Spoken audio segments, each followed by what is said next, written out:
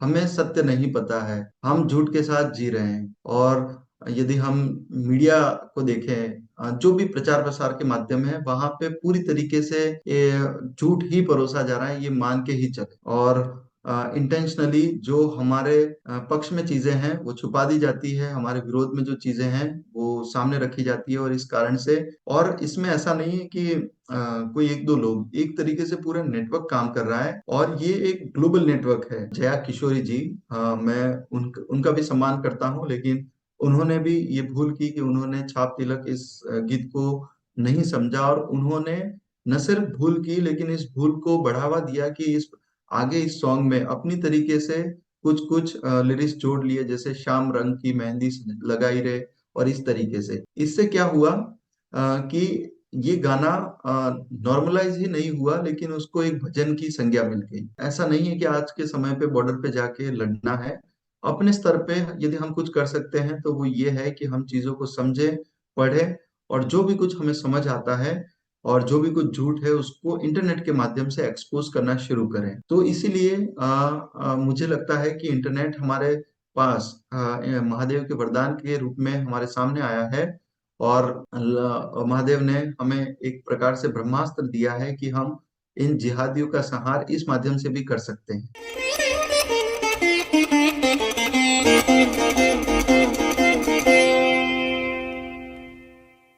नमस्ते। संगम टॉक्स की तरफ से मैं रुचि श्रीमाली आप सभी का आज की वार्ता में स्वागत करती हूँ। आज के हमारे वक्ता हैं अभिषेक सिंह राव। आपने कर्णावती से इंजीनियरिंग करी है और आप स्वतंत्र पत्रकार हैं, राजनीति विज्ञान, इतिहास एवं लॉ के छात्र भी हैं। वर्तमान में आप डिजिटल क्रिएटर के तौर पर भी कार्यरत हैं। ऑप इंडिया, स्वराज्य, पी गुरुज आदि पोर्टल्स पर लिखते भी हैं। आज का हमारा विषय है इंटरनेट महादेव का वरदान है। जब इस विषय पर मेरी कुछ लोगों से बात हो रही थी अभिषेक जी, तो उनका कहना था कि थोड़ा भिन्न, थोड़ा अलग सा विषय है। क्या है ये विषय, कुछ समझ में नहीं आया। तो आजकल इंटरनेट बहुत कॉमन हो गया है, बहुत लोगों के पास एक्सेस है, बहुत लोग सोशल मीडिया पर एक्टिव है, बहुत लोग यूट्यूब, फेसबुक सभी पर जाते हैं। तो बहुत सी इंफॉर्मेशन, बहुत सी चीजें उनके पास आती हैं। तो उसी का एक केस स्टडी कि किस तरीके से इंटरनेट आम आदमी को जागृत कर रहा है, कैसे उनको चेतना दे रहा है, उसी की एक झलक यहाँ पर हमको अभिषेक जी आज बताने वाले हैं। एक केस स्टडी के रूप में वो आज चर्चा करने वाले हैं। तो अभिषेक जी, इंटरनेट किस तरीके से महादेव का वरदान है, आप हमें बताएं। संगम टॉक्स के सभी दर्शकों को सादर प्रणाम। और आज की इस चर्चा का आयोजन करने हेतु रुचि जी आपको और संगम टॉक्स की पूरी टीम को बहुत बहुत साधुवाद। तो मैं स्क्रीन शेयर कर लेता हूँ जी। इंटरनेट महादेव का वरदान है। जब मैं भी अपने लोगों में इसको मैंने इसको सर्कुलेट किया, तब लोगों का कहना था कि हट के थोड़ा अलग सा टॉपिक है। तो मैंने कहा कि ज्वाइन कीजिए, सबको इसके बारे में पता चलेगा। तो ये विषय क्या है, इसको समझने के लिए आज हम इस तथ्य को एक केस स्टडी के रूप में समझने का प्रयास करेंगे। और उस केस स्टडी के ऊपर आए उससे पहले मैं इस विषय की भूमिका बांधना चाहता हूं। तो हम सब जानते हैं कि बंटवारे के बाद एक लंबे समय तक जो सरकारें रही और जो सरकारों में जो लोग रहे, उन्होंने हिंदू विरोधी कार्य किया। और क्योंकि ये कार्य एक लंबे समय तक चलता रहा, इसलिए हिंदू की चेतना एक तरीके से लगभग समाप्त कर दी गई।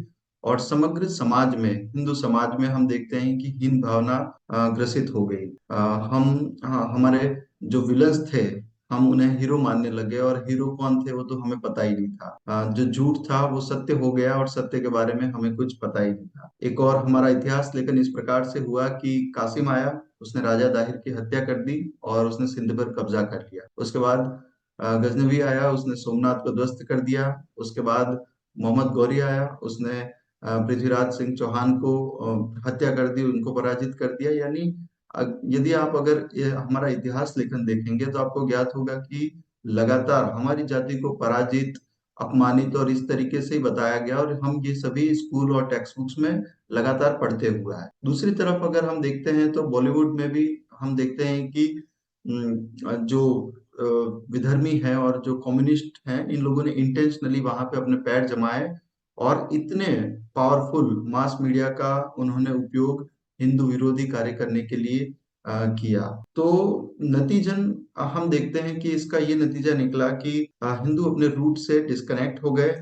उनमें हीन भावना आ गई, उनकी जातिगत अस्मिता लगभग समाप्त होने लगी, सत्य पर झूठ हावी होने लगा और एक हिंदू बस कंफ्यूजन में ही रहने लगा। लेकिन इसका एक अच्छा परिणाम हुआ कि जब हिंदू कंफ्यूजन में रहा, तो उसके मानस में एक जिज्ञासा भी उत्पन्न हुई, क्योंकि जब वो इतिहास पढ़ रहा है तो उसे लगातार पता चल रहा है कि हम तो हारे हुए लोग हैं, हम तो पराजित लोग हैं। लेकिन जब वह प्रैक्टिकली अपने आसपास देखता है तो उसे ये जो इतिहास की जो बात है वो समझ में नहीं आ रही, क्योंकि यदि हम पराजित हैं तो ऐसा कैसे संभव है कि इतने वर्षों बाद भी अधिकांश जो भारतवर्ष का भूभाग है वो हमारे पास है, और इस भूभाग में अधिकांश जो बहुमती है तो वो भी आज हिंदू है। तो ये कैसे संभव है?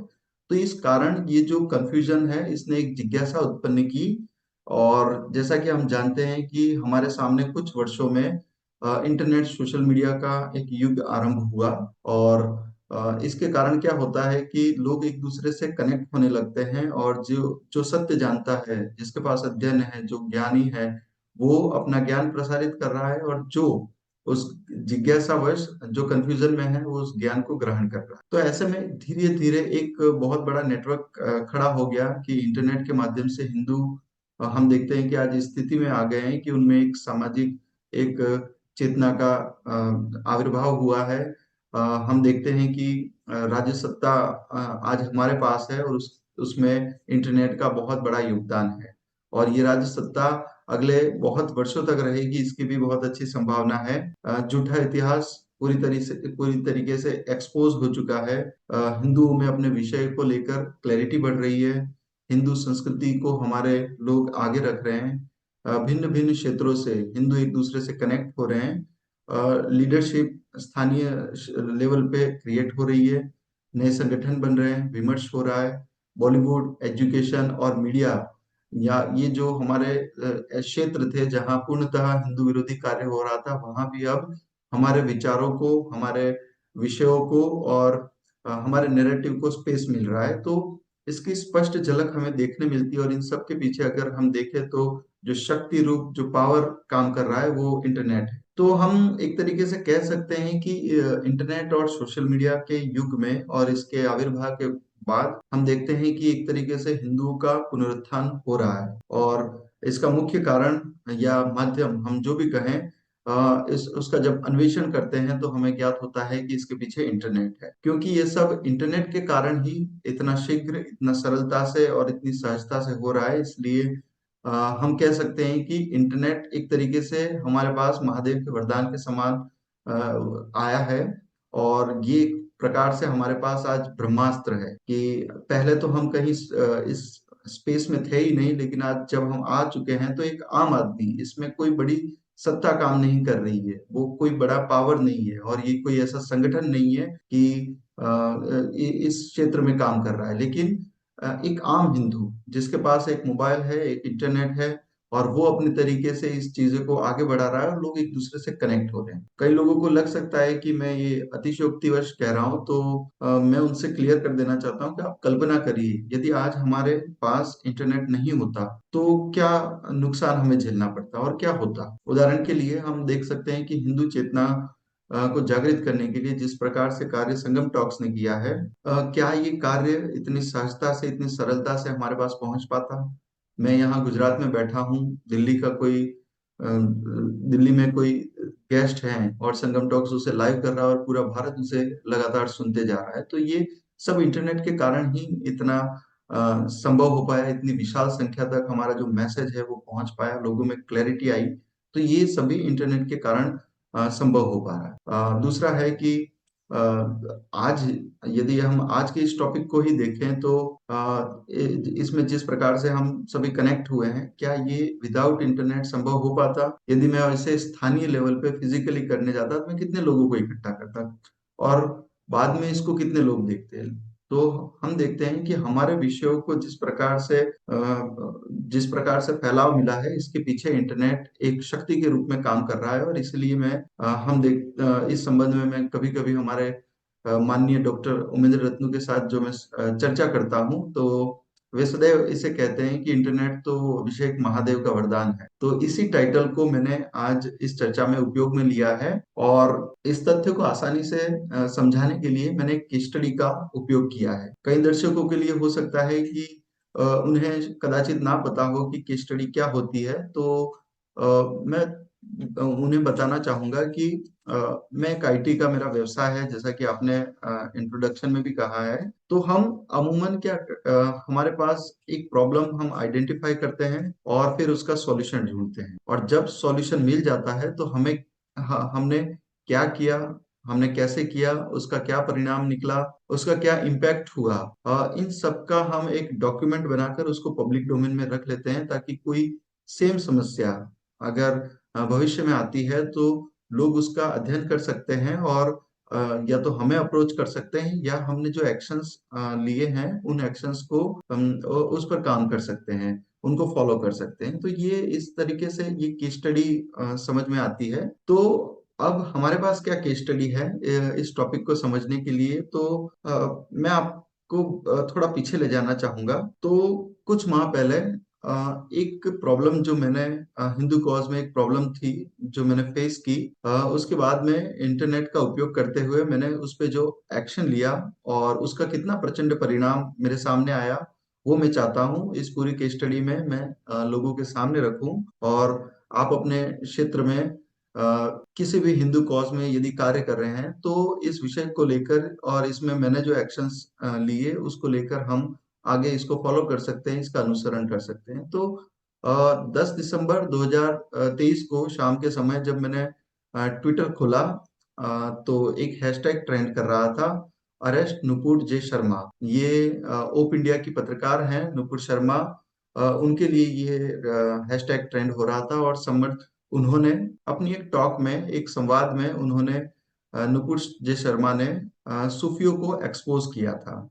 और इस कारण क्या था कि पूरा जिहादी इकोसिस्टम उनके पीछे लग गया और ये हैशटैग लगातार ट्रेंड कर रहा था। तब मैंने इस समस्या को और ये जो पूरा घटनाक्रम चला, इसे एक चैलेंज के रूप में एक्सेप्ट किया, और मैंने फिर सूफियों के विषय में डिटेल में अध्ययन करना प्रारंभ किया। चूंकि हम ऑलरेडी जानते ही थे कि सूफी एक तरीके से छलावा है हिंदू समाज के लिए, किंतु फिर भी उसे जब हम उसे एक प्रॉब्लम के रूप में ले रहे हैं और हमें जब सॉल्यूशन देना है तो उसे उस पर गहन अध्ययन की आवश्यकता थी। तो मैंने इसमें 3 मुख्यतः पुस्तकों का अध्ययन किया। एक संजय दीक्षित सर की अनब्रेकिंग इंडिया, एक एम ए खान की इस्लामिक जिहाद, और एक प्रखर श्रीवास्तव की हेराम। संजय सर ने टेक्निकली सूफियों के जिहाद को बहुत अच्छे से समझाया है, खान ने हिस्टोरिकली और उसे समझाया है, और हमें मॉडर्न एज में सूफियों के जिहाद का पता चलता है प्रखर श्रीवास्तव की इस पुस्तक हेराम से। तो मुझे इन पुस्तकों के निचोड़ के रूप में, जब मैंने इन पुस्तकों का अध्ययन समाप्त कर लिया, तो इनके निचोड़ के रूप में जो मुझे ज्ञात हुआ वो था कि भारत में जब इस्लाम आया तो शुरुआत में ही जिहादियों को ये अनुमान हो गया था कि तलवार के दम पर हिंदुओं को पराजित करना असंभव है। इसलिए उन्होंने एक नई चाल चली जिसको आज हम सूफीज्म अथवा सूफीवाद के तौर पे जानते हैं। इसमें हुआ कुछ ऐसा कि जब इस्लाम के आकाओं ने देखा कि धर्म भारत की आत्मा है और यहाँ के लोग बहुत ज्यादा आध्यात्मिक और भक्ति भाव वाले हैं, तो उन जिहादियों ने अध्यात्म और भक्ति का नकली चोला पहन लिया और नादान हिंदुओं को फंसाने के लिए एक अलग तरीके की सेना का गठन करना शुरू कर दिया और भारत में भेजना शुरू कर दिया। तब से लेकर आज तक जिहाद की इस प्रकार की गतिविधियों में शामिल जिहादियों को हम सूफी के नाम के तौर पे जानते हैं। इन सूफियों ने भारत में आते ही देखा कि यहाँ कुछ लोग हैं जिनको साधु संत के नाम से पहचाना जाता है, इनको समाज में बहुत अधिक सम्मान प्राप्त है, ये प्रतिष्ठित लोग हैं, और इस देश के लोग इन साधु संतों की कही बातों का पालन भी करते हैं। तो इन सूफियों ने सबसे पहले एक अहम चाल चली कि उन्होंने खुद को ही संत कहना शुरू कर दिया, और तब से ये सूफी जिहादी सूफी संत बन गए। वैसे तो संत शब्द का अर्थ होता है कि जो सच्चा है वही संत है, लेकिन इन सूफियों की बुनियाद ही झूठ से शुरू होती है। ये कभी नहीं बताते कि इनका असली एजेंडा क्या है, इनका असली मकसद क्या है।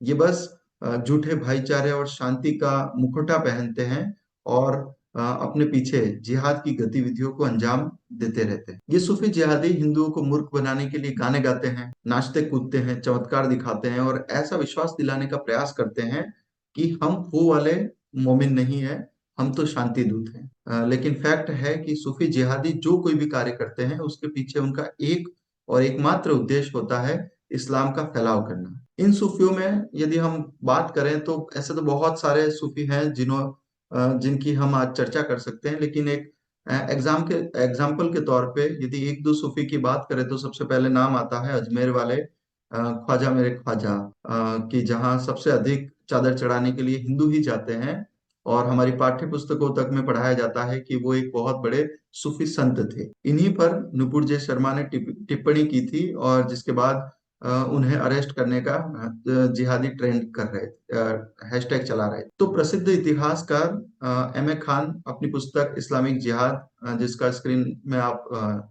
उनके कवर पेज देख सकते हैं, उसमें लिखते हैं कि अजमेर की अना सागर झील के पास पहुंचने पर मोइनुद्दीन चिश्ती ने कई मंदिर देखे और अल्लाह व अपने पैगंबर की मदद से उन्हें ध्वस्त करने का प्रण लिया। अना सागर झील जो हिंदुओं का पवित्र स्थल है, वहां पर ख्वाजा मेरे ख्वाजा यानी मोइनुद्दीन चिश्ती ने बड़ी संख्या में गायों को कत्ल किया और गायों के खून से मंदिरों को अपवित्र किया। इन मोइनुद्दीन चिश्ती ने, जिनको सूफी संत कहा जाता है, उनके शागिर्द भी प्रतिदिन एक गाय का वध करते थे और मंदिरों में बैठकर ही गौ मांस खाते थे। तो ये बात हुई एक सूफी संत की, सो कॉल्ड सूफी संत की। दूसरे हैं ऐसे ही निजामुद्दीन औलिया, जहां पे भी हम देखते हैं कि आए दिन हिंदू हिंदू नेता वहां चादर चढ़ाने पहुंचते रहते हैं। तो इन औलिया ने इस्लामिक टीचिंग्स देकर सैकड़ों सूफी शागिर्द को तैयार किया, जिन्होंने फिर आगे भारत में जगह जगह जाकर जिहाद किया। एक उनके ऐसे चेले थे जिनका नाम है अलाउल हक पांडवी, जिन्होंने बंगाल में जाकर लाखों हिंदुओं को जबरदस्ती मुसलमान बनाया था। और ये जो निजामुद्दीन औलिया हैं, उनके सिलसिले वाले सूफियों को निजामी सूफी कहा जाता है। इनमें एक कुख्यात सूफी थे गुलाम सरवर हुसैनी, जिसने 1946 में बंगाल के नोआखली में हिंदुओं का नरसंहार करवाया था, जिसके बारे में हम प्रखर श्रीवास्तव की इस पुस्तक हेराम में पढ़ सकते हैं। तो प्रखर श्रीवास्तव अपनी पुस्तक हेराम में लिखते हैं कि 10 अक्टूबर 1946 के दिन गुलाम सरवर ने एक जहरीला भाषण दिया, जिसके बाद से पूरे नोआखली से अल्लाह अकबर, लड़के लेंगे पाकिस्तान, हिंदुओं का खून चाहिए, इस तरीके के नारे गूंजने लगे। उस दिन गुलाम सरवर ने, क्योंकि एक सूफी संत कहा जाता है सो कॉल्ड, उसने ऐलान कर दिया था कि पूरे नोआखली से हर काफिर और कुफ्र के निशान को मिटा दिया जाएगा, जिसके बाद से नोआखली में हिंदू की हत्याएं शुरू हो गई। ये सूफी कितने क्रूर और अमानवीय होते हैं, इसका अंदाजा भी हमें प्रखर श्रीवास्तव की इस पुस्तक से और नोआखली के उन दंगों से ज्ञात होता है। जब नोआखली के एक जमींदार सुरेंद्र बाबू की मुसलमानों ने न सिर्फ हत्या कर दी, बल्कि उनके शरीर के टुकड़े टुकड़े करके कटा हुआ सिर लेकर एक थाल में सूफी गुलाम सरवर को पेश किया। ऐसी एक और घटना है जब उन्मादी मुसलमानों ने नोआखली के सबसे बड़े वकील राय साहब राजेंद्र लाल चौधरी के घर पर हमला बोल दिया और फिर परिवार के मर्दों को एक एक करके काट डाला और फिर महिलाओं को बंदी बनाकर सूफी गुलाम सरवर के सामने ले आए। तब सूफी सरवर ने आदेश दिया कि इन हिंदू महिलाओं को इनाम के तौर पर आपस में बांट लो। तो यहाँ से हमें समझ आ जाता है कि ये सूफी किस प्रकार के संत हैं और ये किस प्रकार का नकली चोला पहनकर हिंदुओं को मूर्ख बनाने का कार्य करते। तो हमने जिन औलिया की बात की, इनकी शान में अमीर खुसरो ने एक गाना लिखा था, छाप तिलक सब छीन ली रे, मुझसे नैना मिलाई। तो जब मैं ये पढ़ रहा था तो मेरी दृष्टि, मेरा पूरा वाचन यहाँ पे आके अटक गया, क्योंकि कभी किसी समय में ये गीत मुझे भी बड़ा प्रिय हुआ करता था। मैं इसे अमूमन सुनता रहता था और इसे एक भजन समझ कर सुनता था। लेकिन जब मैंने देखा कि इसको औलिया के लिए लिखा गया है, अमीर खुसरो ने लिखा है, तो मुझे थोड़ा कंफ्यूजन, जो कहते हैं कि कंफ्यूजन क्रिएट हुआ और वही वहां से जिज्ञासा उत्पन्न हुई। और जब मैंने ये जो गीत था इसके लिरिक्स पढ़ना शुरू किए एक एक करके और उसका अध्ययन करना शुरू किया कि इसका क्या अर्थ है, तो मुझे जो ज्ञात हुआ बहुत चौंकाने वाला था कि ये पूर्ण तरीके से एक हिंदू महिलाओं को मुसलमान बनाने का अर्थात धर्मांतरण का गाना है। और इसके जो लिरिक्स हैं, इसमें हम देखते हैं कि छाप तिलक सब छीन ली रे, मुझसे नैना मिलाई के, आगे आता है गोरी गोरी बैया हरी चूड़िया पकड़ कर हर लीने, मुझसे नैना मिलाई के, मोहे सुहागन किनी रे, मुझसे नैना मिलाई के, इस तरीके का पूरा एक हम देखते हैं कि लिरिक्स आता है। तो जब इसका अर्थ हम देखते हैं तब पता चलता है कि इसका अर्थ है कि ये निजामुद्दीन औलिया के लिए लिखा गया है कि तुमने मुझ पर नजर डाली और मुझे इस्लाम के रंग में रंगा, तुमने मेरे माथे से शिव जी का छाप, विष्णु का तिलक सब मिटा दिया। जिस छाप तिलक को मिटाने की बात है वो हिंदू सिंबल्स हैं जिसको मिटाने की बात कही गई है। तुमने मेरी कलाइयां पकड़कर मेरी चूड़ियां तोड़ दी, यानी इस्लाम में इन सब का कोई स्थान नहीं है, इसलिए उन्होंने चूड़ियां तोड़ दी। इस प्रकार ए निजाम तुमने मुझे अपनी दुल्हन बना, यानी इस्लाम में कन्वर्ट कर। तो जब मुझे सूफियों के बारे में ज्ञात हुआ, इसके बाद जब मैंने इतने पॉपुलर गीत को का अर्थ समझा, तब मैंने सोचा कि इसको सोशल मीडिया के माध्यम से, इंटरनेट के माध्यम से एक्सपोज करना चाहिए, लोगों को इसका सत्य बताना चाहिए। और यहाँ से ही अगला पड़ाव शुरू होता है। जब हम केस स्टडी देखते हैं तो एक प्रॉब्लम आइडेंटिफाई हुई, अब हम इस पे इसका क्या सॉल्यूशन देंगे उस पे आगे देखेंगे। तो फिर मैंने अपने इंस्टाग्राम पे एक वीडियो बनाया, जिसमें हम देख सकते हैं कि मैंने इस तरीके का स्क्रीनशॉट रखा और उसे मैंने अपने यूट्यूब चैनल और इंस्टाग्राम पर इसे प्रसारित किया कि मैंने इसमें सिंपली ये बताया कि गीत है और हिंदू अमूमन इसे भजन के तौर पर गाते हैं। और सबसे बड़े आश्चर्य की बात है कि हमारे जो कथावाचक हैं और कई ऐसे साधु संत भी हैं जो इसे लगातार गाते रहते हैं और इस प्रकार से गाते हैं कि हमें लगे कि ये हमारे बीच का ही कोई गाना है, हमारा ही कोई भजन है और हमारे किसी साधु संत ने उसको लिखा है। तो इसका मैंने अपने वीडियो में इसकी सत्यता बताई और फिर इसे मैंने अपलोड करके छोड़ दिया। मेरा उद्देश्य था कि मैं इसको बेनकाब करूं। आगे हम देखते हैं कि मैंने इसे लगा के तो छोड़ दिया, और जिस प्रकार से आगे कृष्ण कहते हैं कि आप कर्म करें, तो आप देखेंगे कि कुछ ही दिनों बाद धीरे धीरे जब ये सत्य लोगों के सामने इंटरनेट के माध्यम से पहुंचा, तो आप देख सकते हैं कि इसका इतना बड़ा इम्पैक्ट हुआ जिसकी मैंने कल्पना तक नहीं की। लगभग मेरे ही चैनल पे इसको 1.6 मिलियन इसकी व्यूअरशिप हुई। लगातार इसको एक दूसरे से साझा किया जा रहा था, कई हजार की संख्या में लोग इस पर आकर अपनी प्रतिक्रिया दे रहे थे और इस कारण कई दूसरे ऐसे चैनल भी थे जिन्होंने इंडिपेंडेंटली उस वीडियो को उठा के अपने चैनल्स पर लगाया। और आप देख सकते हैं 2-3 की स्क्रीनशॉट मैं यहाँ पे रख पाया हूँ। तो आप देखेंगे कि एक चैनल पे नहीं, कई चैनलों पे इसको मिलियंस में व्यूज मिलना शुरू हुए, लोग इसको देखने लगे, इसको एंडोर्स करने लगे। और कई लोगों ने मुझे टैग किया जिससे मुझे ज्ञात हुआ कि हाँ, यहाँ पे भी इसको इतना देखा जा रहा है, इसको इसका प्रचार हुआ है। जिन्होंने नहीं किया वो भी मेरे सामने आए। आगे मैं बताता हूँ कि जब एक दिन मेरे किसी एक मित्र ने मुझे कहा कि आप ट्विटर खोल के एक कीवर्ड डालें, आपको इसके बारे में ज्ञात होगा, तो आप यहाँ पे देख सकते हैं कि मैंने जब ट्विटर खोला एक दिन तो मैंने देखा कि यही वीडियो ट्विटर पे लगातार फॉरवर्ड हो रहा था, लोग उसे शेयर कर रहे थे, रिट्वीट कर रहे थे और ये बहुत लंबी आप देखेंगे कि स्क्रीन में आपको पता चलेगा।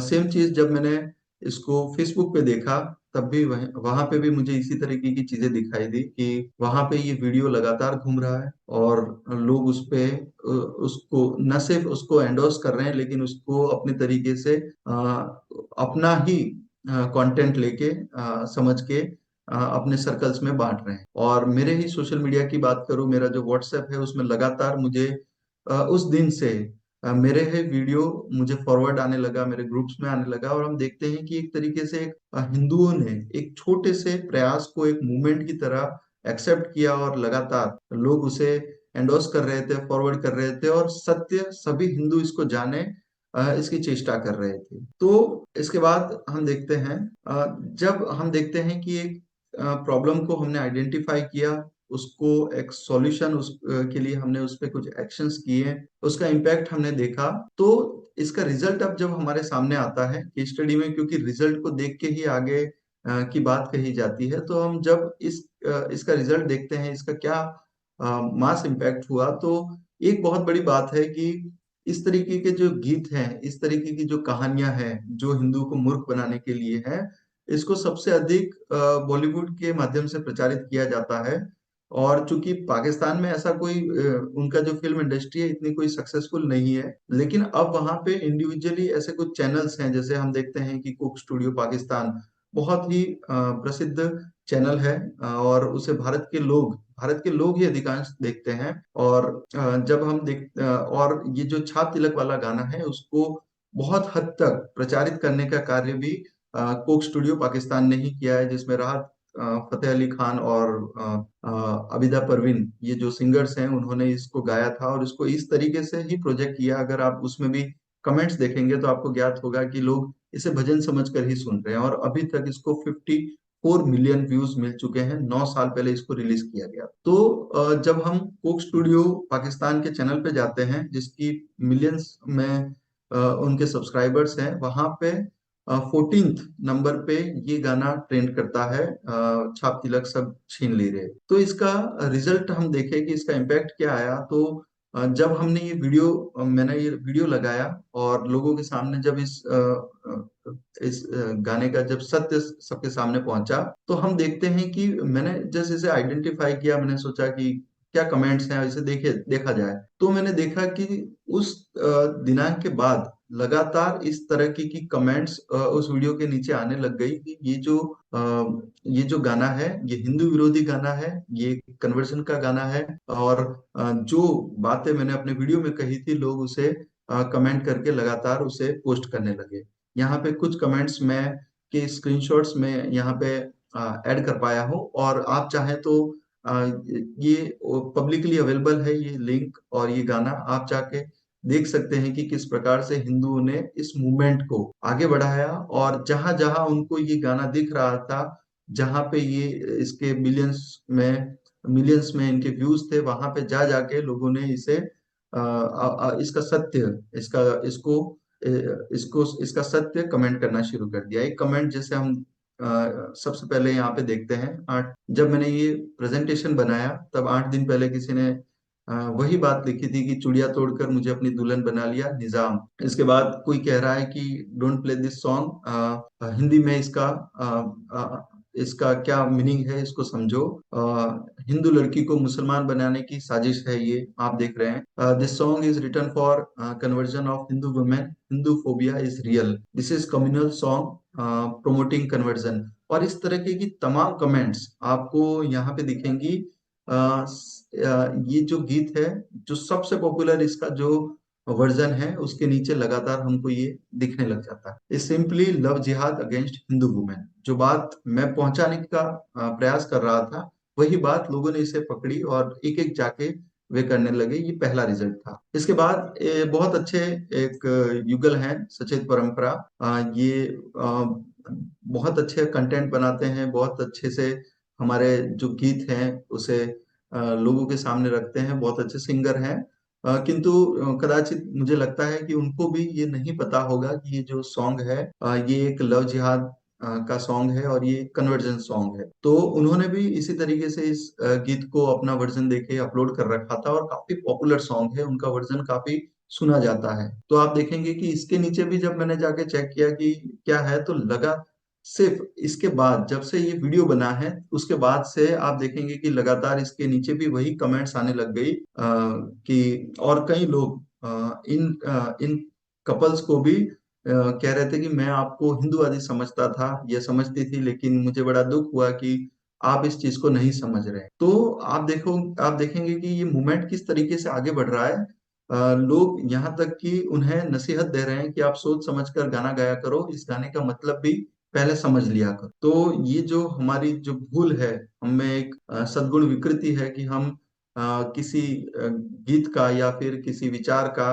या फिर फिल्मों में भी देखें या किसी पुस्तक में भी देखें तो उसका पूर्व पक्ष नहीं करते हैं, उसका पूरा जो बैकग्राउंड है, उसका इतिहास है, उसको समझने का उतना प्रयास नहीं करते हैं। तो और अगर कोई फेमस है, पॉपुलर है या उसमें चमक दमक है, तो हम उसमें भी उसमें जस्ट उसे हमारी पॉपुलैरिटी के लिए उसका उपयोग करना शुरू कर देते हैं। तो कई ऐसे सिंगर्स हैं, कदाचित उन्होंने इसको नहीं समझा होगा, उस कारण से मैंने देखा कि उनके प्लेटफॉर्म पे ये गाना था, लेकिन जब हमारे लोगों में इस गाने को लेकर अवेयरनेस क्रिएट हुई, तो आप देखेंगे कि एक एक पे जाके, एक एक पोर्टल को, एक एक चैनल को, एक एक लिंक को मैंने एनालिसिस किया और सभी जगह मुझे इस तरीके की कमेंट्स दिखी।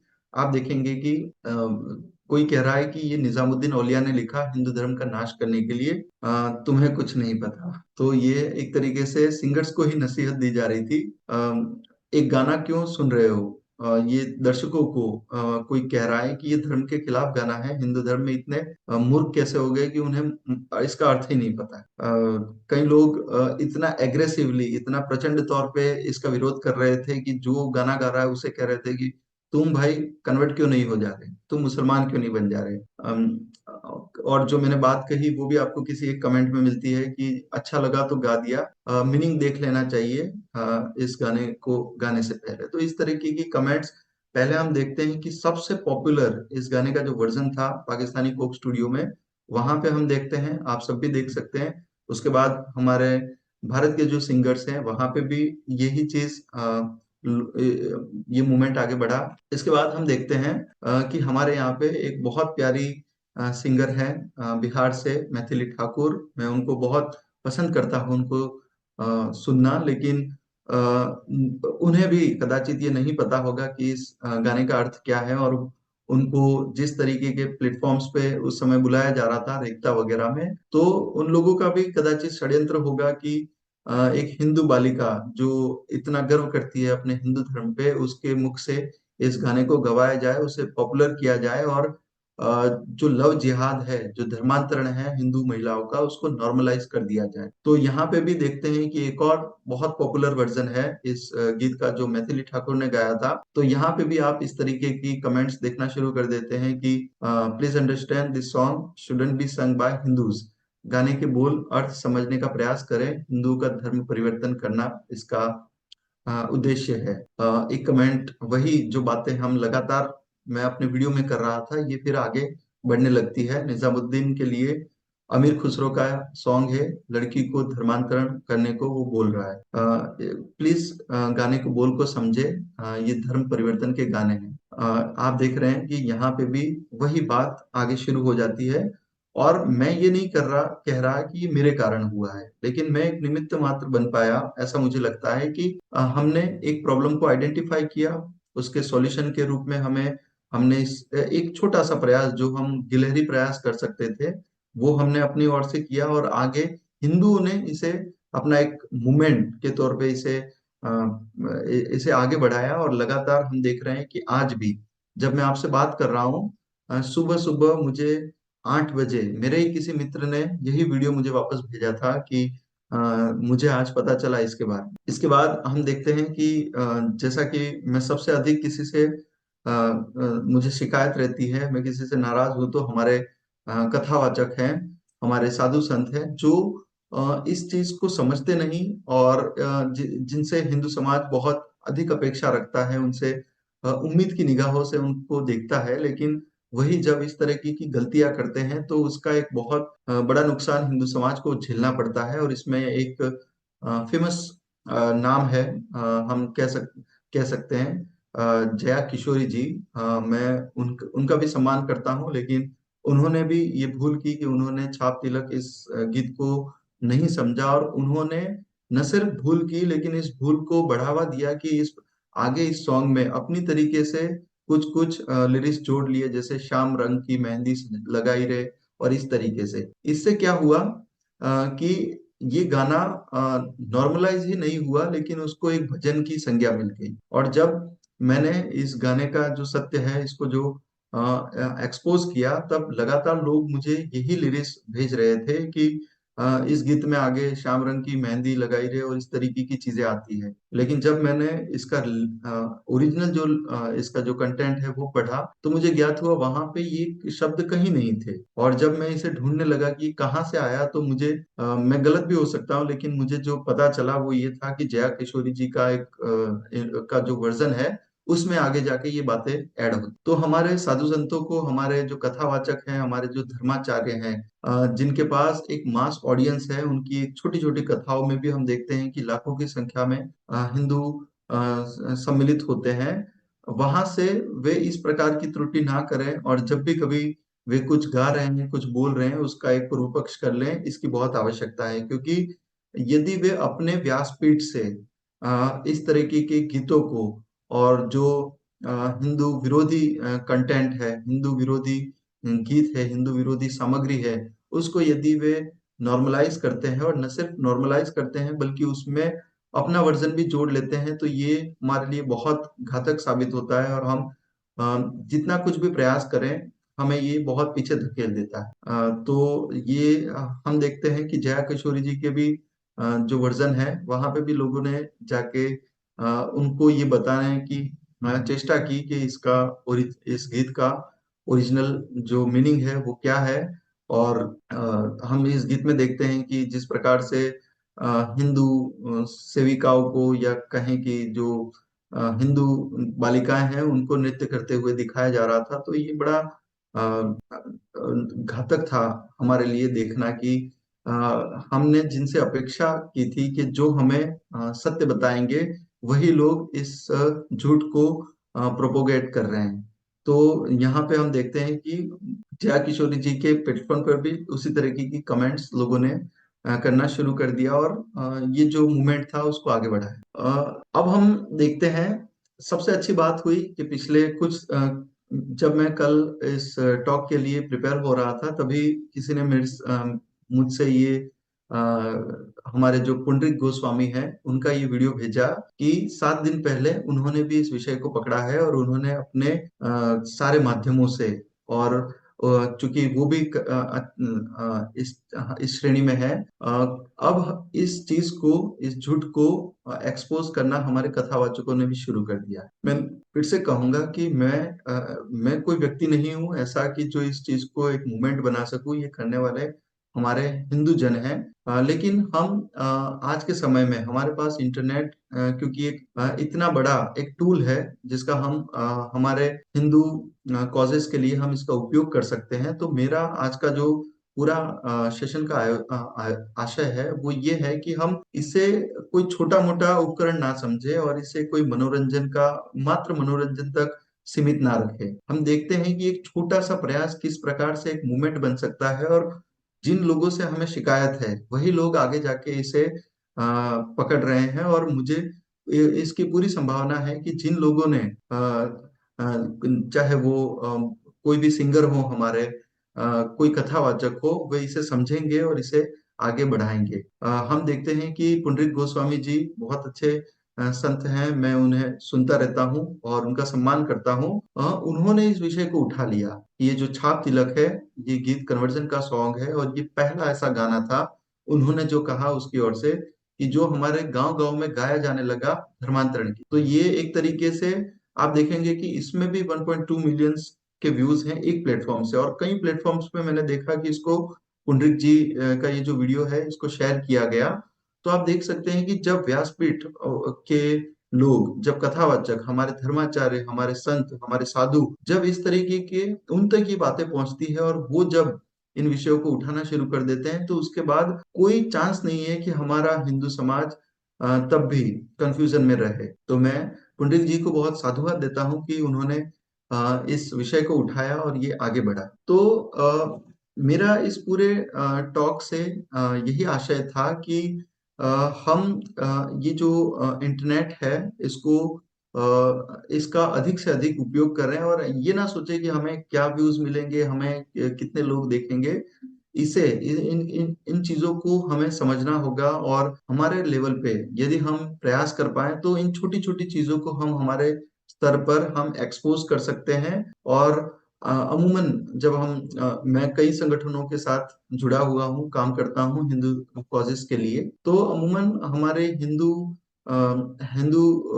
ऑडियंस का ये प्रश्न रहता है कि हम में अवेयरनेस है, हम इसका अध्ययन कर रहे हैं, लेकिन हमारे एक्शन आइटम्स क्या होंगे, हम क्या करें। तो आज का जो वॉर है, ये पूरी तरीके से हम देखते हैं कि एक तरीके से प्रॉक्सी वॉर लड़ा जा रहा है। जो वॉर है वो नैरेटिव का है, और इसमें ये जो कंटेंट है, ये एक तरीके से कंटेंट इज किंग, ये समझा जाता है। तो अभी तक हमारे पास जो कंटेंट आ रहा था, हम जो हमारे सिलेबस में इतिहास पढ़ रहे थे, हम बॉलीवुड की पिक्चरों में जो कुछ पढ़ रहे थे, देख रहे थे, वहां पे अधिकांश झूठ ही परोसा जा रहा था। जिस जो इतिहास में हुआ ही नहीं, वो चीजें हमारे सामने सत्य के रूप में प्रकट कर दी गई, और उसको इस प्रकार से बनाया गया, इस प्रकार से चमक दमक उसमें रखी गई कि हम हमारा समाज उसे ही सत्य समझने लगा। अमूमन हमारे हिंदू, कई मैं विवाहों में जाता हूं तो हम देखते हैं कि जब अ, वर या वधू की एंट्री हो रही है तो वहां पे अजीमुन शाह शहंशाह ये गीत लगा दिया जाता है बैकग्राउंड। जबकि हम देखें तो ये ये गीत पूरी तरीके से हिंदू विरोधी है, क्योंकि इसमें अकबर का महिमा मंडन है। जिस अकबर ने एक दिन में चित्तौड़ के निरपराध 40,000 हिंदू की हत्या की थी, हम हमारे इतने वैदिक, इतने पवित्र कार्य में यदि उसका गीत बजा रहे हैं तो हमें समझना चाहिए कि ये कितना अहिंदू कार्य हम हमारे ओर से कर रहे हैं। लेकिन चूंकि आज इंटरनेट है, इस कारण हर एक व्यक्ति अपनी ओर से जिसके संज्ञान में ये विषय है, जो इस चीज को समझता है, वो अपनी ओर से इसे बगैर बगैर किसी चमक दमक के, बगैर किसी बड़े खर्चे के, वो अपने सिर्फ मोबाइल के माध्यम से इसे प्रसारित कर सकता है, और लोग बिल्कुल ही इसे इंडोर्स करेंगे, इसे समझेंगे। ये मेरा विश्वास है, और मैंने इसे अनुभव किया है, और ये मैं चाहता हूं कि हिंदू समाज इस शक्ति को, ये जो इंटरनेट की शक्ति है, इसे समझे, और अपने स्तर पे वो कोई, हमें ऐसा नहीं है कि आज के समय पे बॉर्डर पे जाके लड़ना है। अपने स्तर पे यदि हम कुछ कर सकते हैं तो वो ये है कि हम चीजों को समझें, पढ़ें, और जो भी कुछ हमें समझ आता है और जो भी कुछ झूठ है उसको इंटरनेट के माध्यम से एक्सपोज करना शुरू करें। तो इसीलिए मुझे लगता है कि इंटरनेट हमारे पास महादेव के वरदान के रूप में हमारे सामने आया है, और महादेव ने हमें एक प्रकार से ब्रह्मास्त्र दिया है कि हम इन जिहादियों का संहार इस माध्यम से भी कर सकते हैं। क्योंकि यदि नैरेटिव आपके हाथ में है और आपने उनको पूरी तरीके से एक्सपोज कर दिया है, तो उसके बाद कोई बचता ही नहीं। और आज हम देखते हैं कि बहुत हद तक हिंदुओं ने इस क्षेत्र में सफलता भी पाई है, और हम जो हमारे आसपास जो हिंदू चेतना देख रहे हैं, उसमें यदि किसी का सबसे बड़ा कंट्रीब्यूशन हो तो वो इंटरनेट ही है। मैं बार बार इसे कहूंगा, और अ, ये कहने में कोई अतिशयोक्ति मैं अनुभव नहीं करता। हमारे इतने प्यारे प्यारे लोग, हमारे इतने यशस्वी हमारे पूर्वज, इनके बारे में यदि आज हम पढ़ पा रहे हैं या हम उन्हें समझ पा रहे हैं, उनके बारे में जान पा रहे हैं, तो इसमें इंटरनेट का बहुत बड़ा योगदान है। तो मेरा सभी हिंदुओं से आग्रह है कि जो भी सक्षम है, आज के समय में इंटरनेट और सोशल मीडिया सभी के पास है, जो भी कोई सक्षम है तो वो अपने स्तर पे इस युद्ध को स्वीकार करे, और अपने स्तर पे एक योद्धा की माफिक जो भी कुछ उनके पास, यदि उन्हें लगता है कि ये झूठ है, तो उसे इंटरनेट के माध्यम से एक्सपोज करना शुरू करें, एक दूसरे से कनेक्ट होना शुरू करें, एक दूसरे को सहायता करना शुरू करें, और जो भी कोई एक दूसरे को सपोर्ट कर सकते हैं उसे करें। ये मेरा आशय था आज के इस पूरे टॉक का, और इसी के लिए मैंने एक स्टडी तैयार की कि हिंदू समझे कि एक छोटा सा प्रयास, एक लघु प्रयास, एक गिलहरी प्रयास एक प्रकार से मूवमेंट क्रिएट कर सकता है, और आज के समय में इसकी बहुत आवश्यकता भी है। मैं अपनी वाणी को यहाँ विराम देता हूँ, रुचि जी। जो भी कोई दर्शक अभी सुन रहे हैं लाइव में, और आगे जब ये वीडियो यूट्यूब पे अपलोड होगा आपके चैनल पे, तभी भी जब सुनेंगे, मैं आप सबका आभारी रहूंगा कि आपने मेरे इस पूरी वाणी को, आपने मेरी पूरी चर्चा को इतने प्रेम से सुना। आप सभी का बहुत बहुत साधुवाद। जय श्री राम। जी, बहुत सही बात आपने कही कि पहले एक समय था कि एक ही बात आती थी कि भाई अखबार था, अखबार के थ्रू या टीवी के थ्रू हमने बस न्यूज़ सुन ली और वही हमने मान ली, और जो सुन लिया वही हम आगे मानते थे। लेकिन आज इंटरनेट जब आ गया है तो हर एक पर्सन को एक वॉइस मिल गई है कि हम अपनी बात आगे तक रख सकते हैं। लेकिन अभिषेक जी, जो आपने कही ना, वरदान है तो एक तरीके से एक अभिशाप भी है, क्योंकि सब तरह की बातें आ रही हैं, तो उसमें सच भी है तो कहीं पे कुछ झूठ भी आ सकता है। तो उस बारे में आप क्या कहेंगे? जैसे एक आपने डाला वीडियो, वो वायरल हुआ, उससे सच गई, लेकिन दूसरी तरफ से कुछ और गलत न्यूज भी आ सकती है। उसको हम कैसे काउंटर करें? कैसे हम पता लगाएं कि क्या सही है और क्या गलत है? क्योंकि सच न्यूज आएगी तो गलत भी उतनी आएंगी, फेक न्यूज भी उतनी ही क्वांटिटी में आएंगी। तो जी उसको कैसे काउंटर करें, कैसे पता जी, लगाएं? अच्छा आपका प्रश्न है अभिशाप। एक तरीके से, दो तरीके से लोग इसको क्वेश्चन कर सकते हैं। एक तो यहाँ पे झूठ भी आ सकता है, दूसरा चूंकि हमारे पास इंटरनेट की सहूलियत हुई है तो सामने वाले पक्ष के पास भी इसकी सहूलियत हुई है।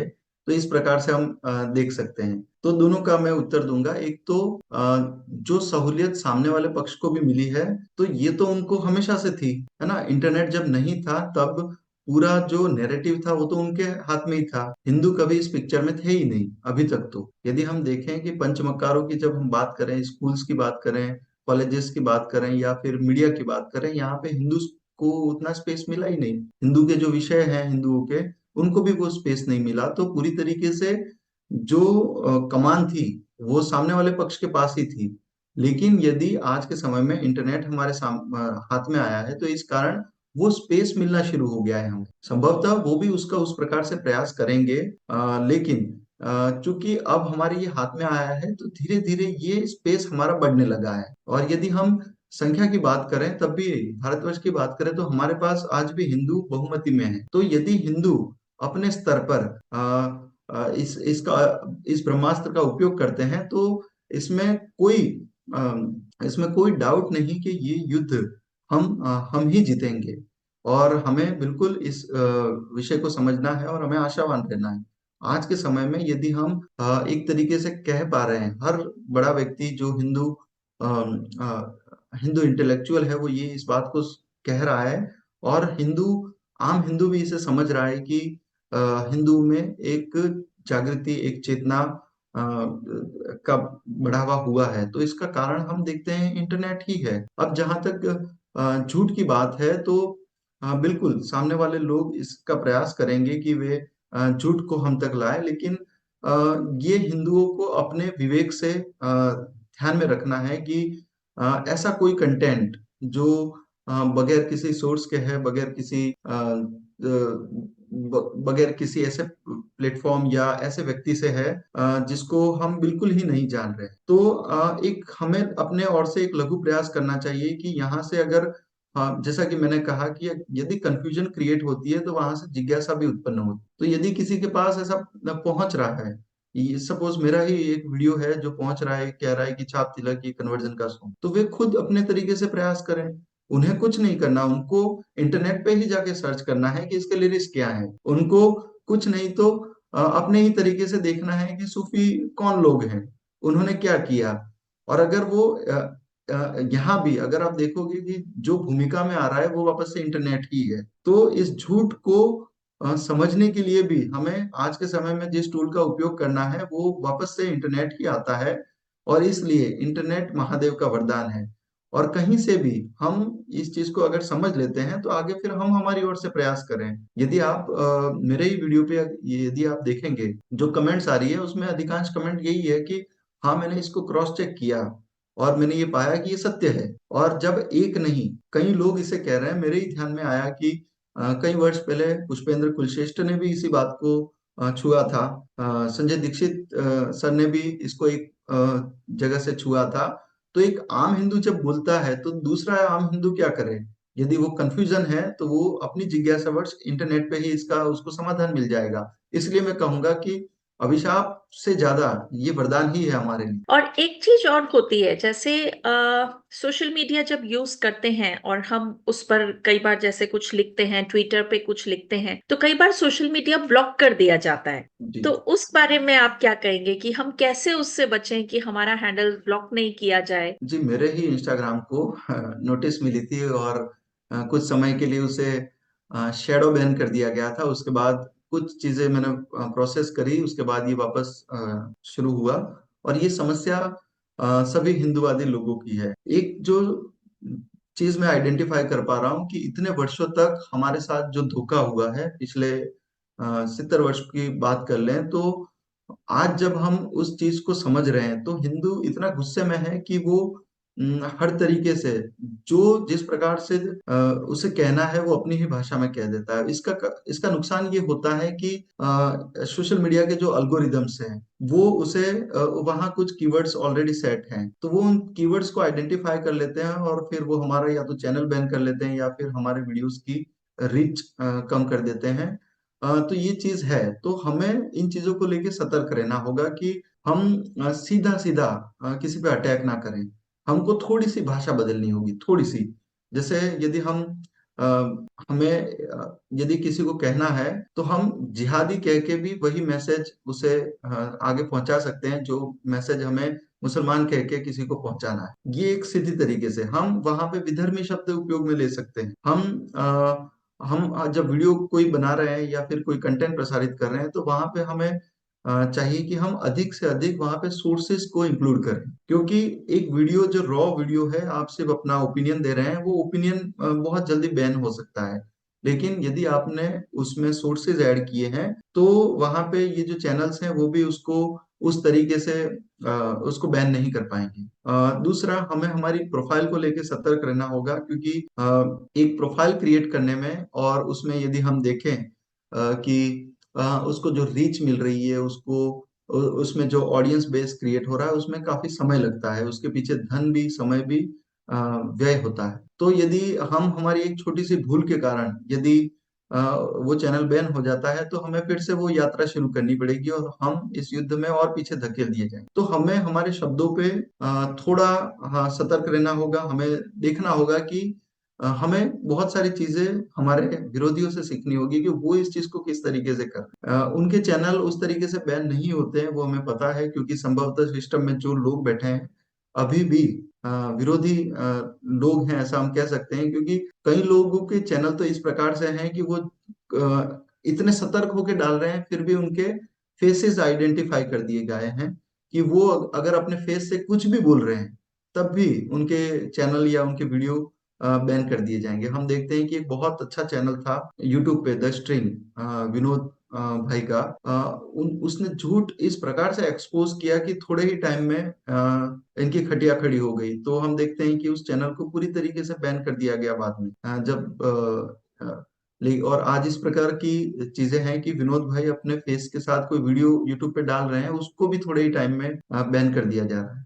सब लोकतंत्र एक चैनल, बहुत ही प्रभावी चैनल था, जो एक वीडियो अब डालते ही कुछ ही सेकंड्स में, कुछ ही घंटों में उसके मिलियंस में व्यू आ जाते थे और बहुत ही सटायर वे में रचित कौशिक भाई इसको सत्य को लोगों के सामने लाते थे। लेकिन उस चैनल को भी बैन कर दिया गया। तो फिर से हमें इन चीजों को लेकर सतर्क रहना होगा। हमें बहुत एग्रेसिवली हमें आगे नहीं जाना होगा।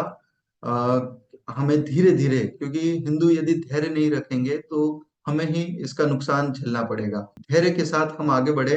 हमारे शब्दों पे का चयन, हमें मैसेज पहुंचाना है, ये मेन हमारा लक्ष्य होना चाहिए।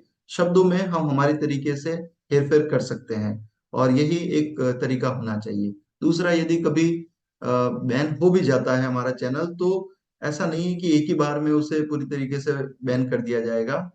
हमें हमारा पूरा प्रयास करना चाहिए कि हम उसे वापस ला सकें। जय श्री कृष्ण। मैं ये पूछ रहा था, अभी अभिषेक जी ने जो बोला उसके बारे में मैंने भी रिसर्च की। उसमें मैंने लगभग 5 मैंने देखे।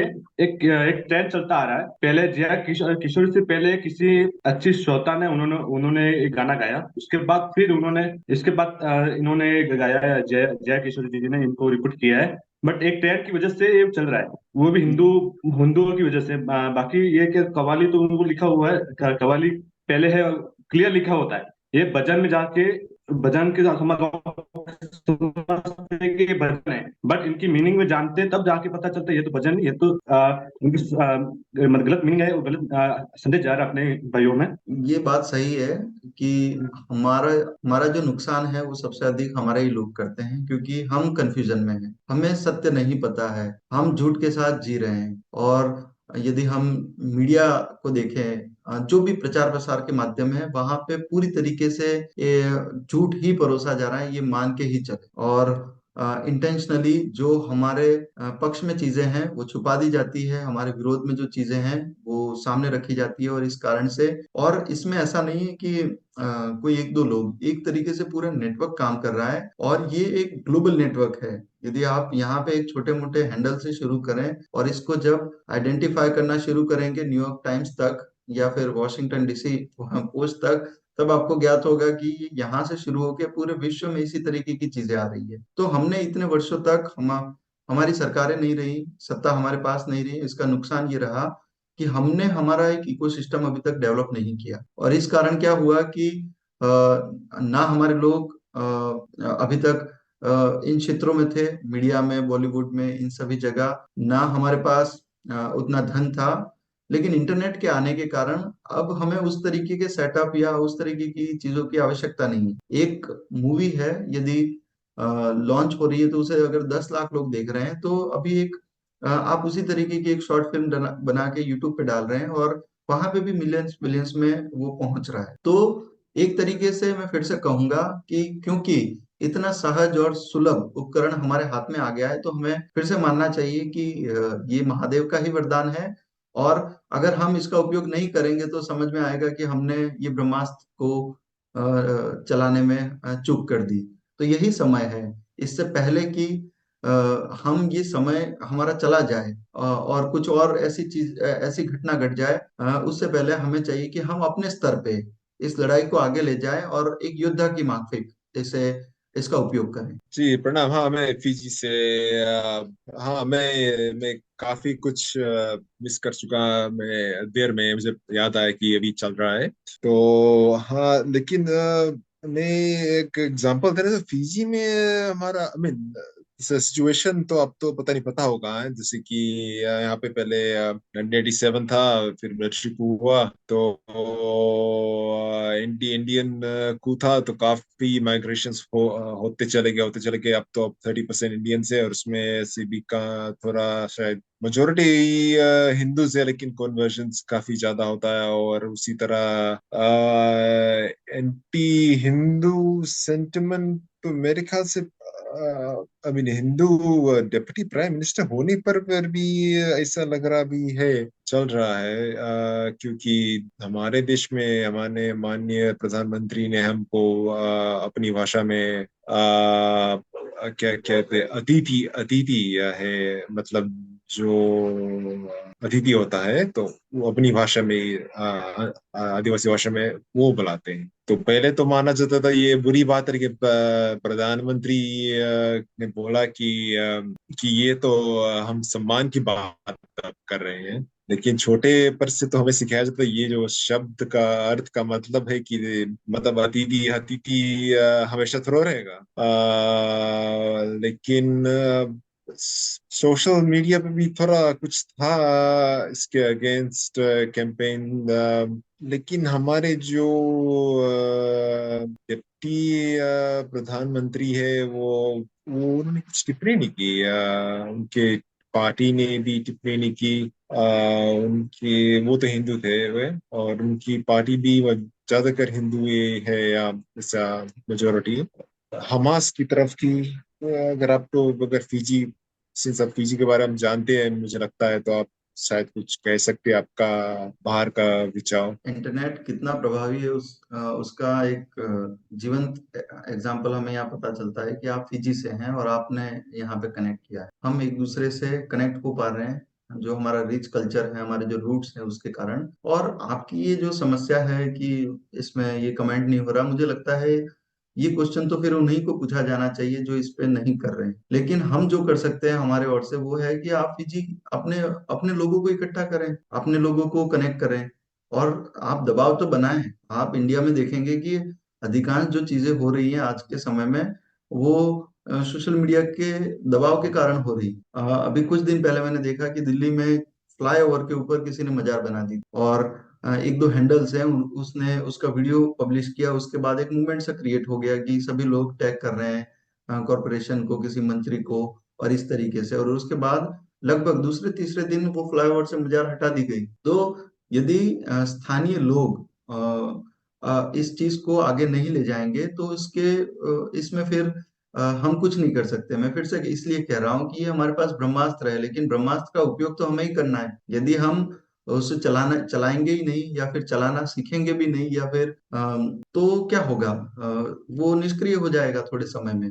हम हमारा समय, हमारी शक्ति, और जब हम इम्पावर हो सकते हैं, वो पूरी तरीके से हम उसका नुकसान कर देंगे। तो फिजी के लोगों को कनेक्ट करना चाहिए। उसके लिए इंटरनेट बिल्कुल सहायक रूप में आपके सामने आ सकता है। आप एक दूसरे से, लोगों से कनेक्ट करें। मैं आपको एक एग्जांपल बताता हूँ इसका। चूंकि इंटरनेट तो अभी यहाँ पे हमारे साथ जियो के आने के बाद इतना घर घर तक पहुंचा है, पॉपुलर हुआ है, लेकिन क्योंकि मैं आईटी से हूँ, इसलिए मुझे लगभग 10 12 13 वर्षों पहले ही इंटरनेट का इस प्रकार से एक्सेस मिल गया था जो हमें आज मिला है।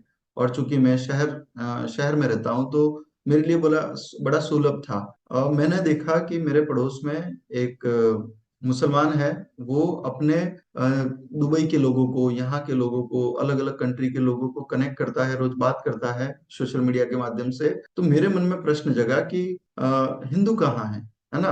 क्या पाकिस्तान में कोई हिंदू बैठा है? तो मैंने अपने तरीके से एक आईडी बनाई, पाकिस्तान के हिंदू को कनेक्ट करना शुरू किया, उनसे बात करना शुरू की, और धीरे धीरे मुझे वहां की समस्याएं समझ में आने लगी। और फिर जब मैंने देखा, तो हमारे जैसे कई पागल ऐसे हैं जो इस तरीके के काम कर रहे हैं। और आगे जाके मैं निमित्तकम जो संस्था है, जो पाकिस्तानी हिंदुओं के लिए काम करती है, वहां से पाकिस्तान के हिंदुओं को वहां से रेस्क्यू करके यहाँ निकालना, भारत में लाना, उनका सेटलमेंट करना, आवास, एजुकेशन, जॉब्स वगैरह, और उनको एक हिंदू के पीछे लगातार 10 साल तक खड़े रहना, क्योंकि 10 साल बाद they are eligible for the citizenship. तो ये एक ऐसे कई लोग थे जो काम कर रहे थे, और मुझे भी ये जब कनेक्ट समझ में आया, जो गैप समझ में आया, उसके बाद मैं भी कनेक्ट हुआ। लेकिन यहाँ पे भी आप देखते हैं कि इंटरनेट नहीं होता तो मैं कैसे कनेक्ट होता इन अभागे हिंदुओं के साथ, जिनके साथ हर दिन, यूएन पार्लियामेंट की रिपोर्ट है कि हर दिन पाकिस्तान में 3 हिंदू बच्चों को उठाया जाता है, लेकिन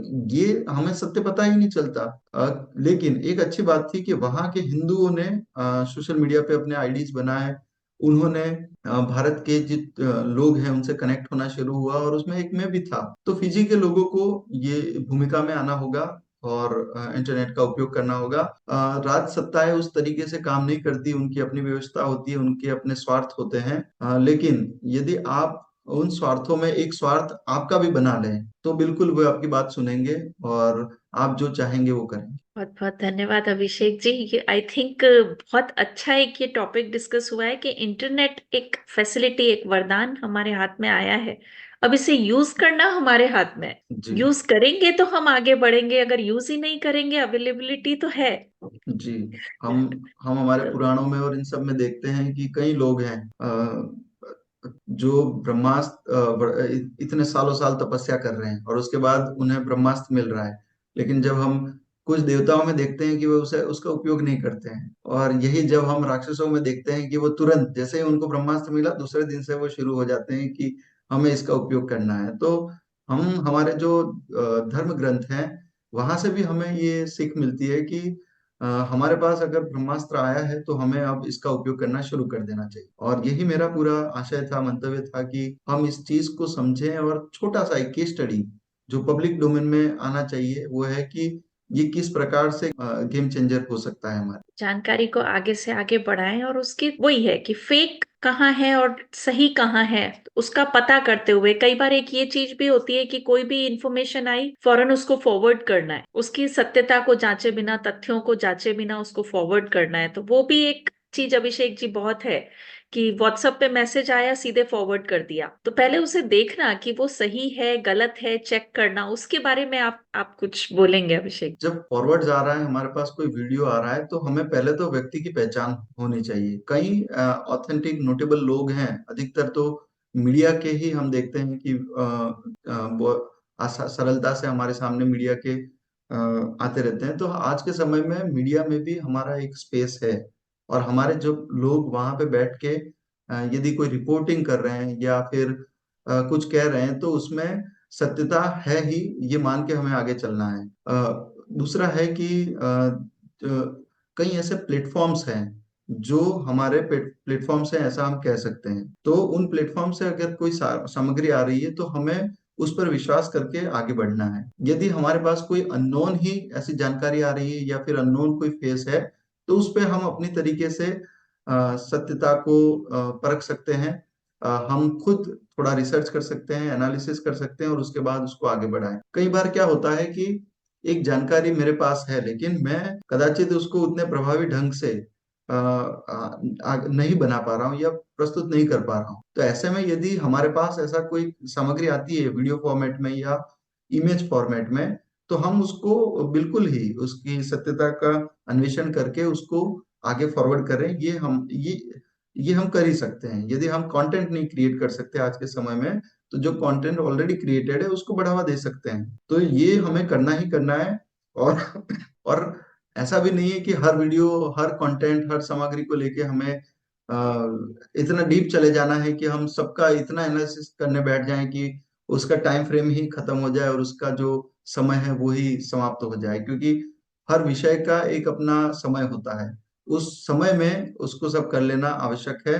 आप बिल्कुल ही कुछ पोर्टल्स हैं, इसमें उन पर विश्वास करिए। कुछ लोग हैं हमारे, और इस पे समझने की आवश्यकता है। यदि आप रोज देख रहे हैं, इस कंटेंट सामग्री को पढ़ रहे हैं, जान रहे हैं, तो आपको ये इतना तो पता चल जाएगा कि कौन हमारे लोग हैं और कौन हम हमारे शत्रु खेमे में है।